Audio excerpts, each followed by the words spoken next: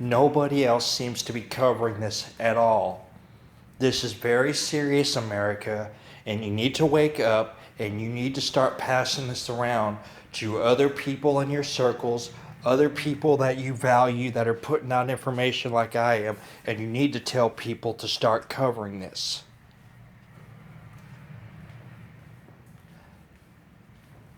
We all know what's going on in Turkey to a degree.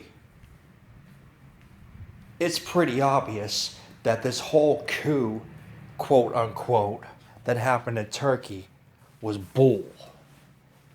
This was a completely and 100% staged by the leader of Turkey to in order for him to create himself Supreme Lord God Supreme of Turkey.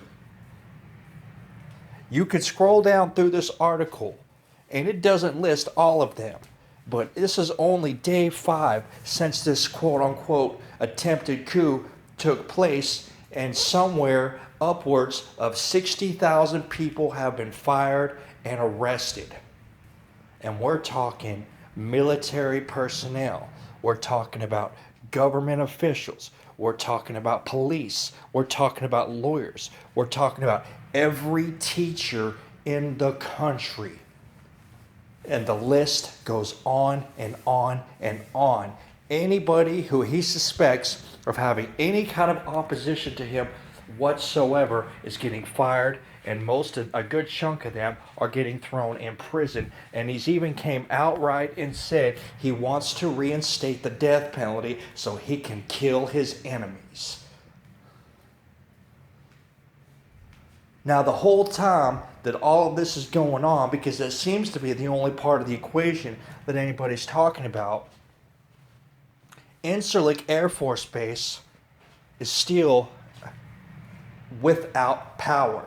It has been without it. It has internal power, but this power has been cut off externally by the president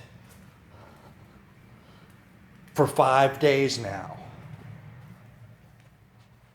Hopefully by now, y'all have seen some of the articles floating around saying that Turkey might not be a NATO member much longer. Either they're going to get kicked out, or Mr. Supreme Lord Commander God of Turkey is just going to leave. If you scroll down and you look through this article, most of the people that are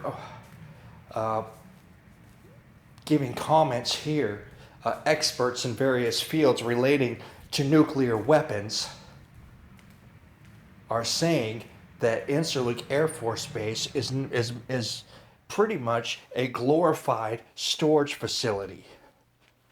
Not only is this a glorified storage facility, this is a storage facility that holds 25% of the entire nuclear arsenal of NATO.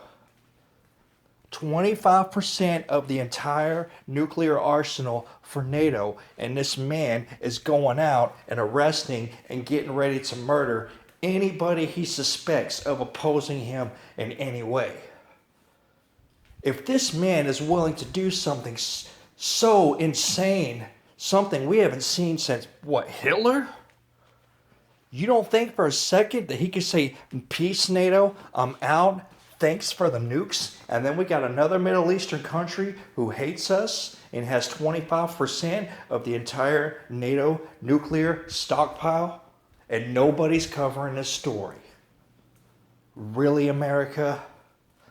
Y'all, I can only do so much, y'all. I'm just a little dude here with a few hundred subscribers, and I'm doing what I can, but I'm calling out on each and every one of you to make sure that you spread this story around and people start really putting 2 and 2 together and realize what might be going on right here, because the real coup may not be about the presidency. The real coup might be about taking 25% of NATO's nuclear arsenal.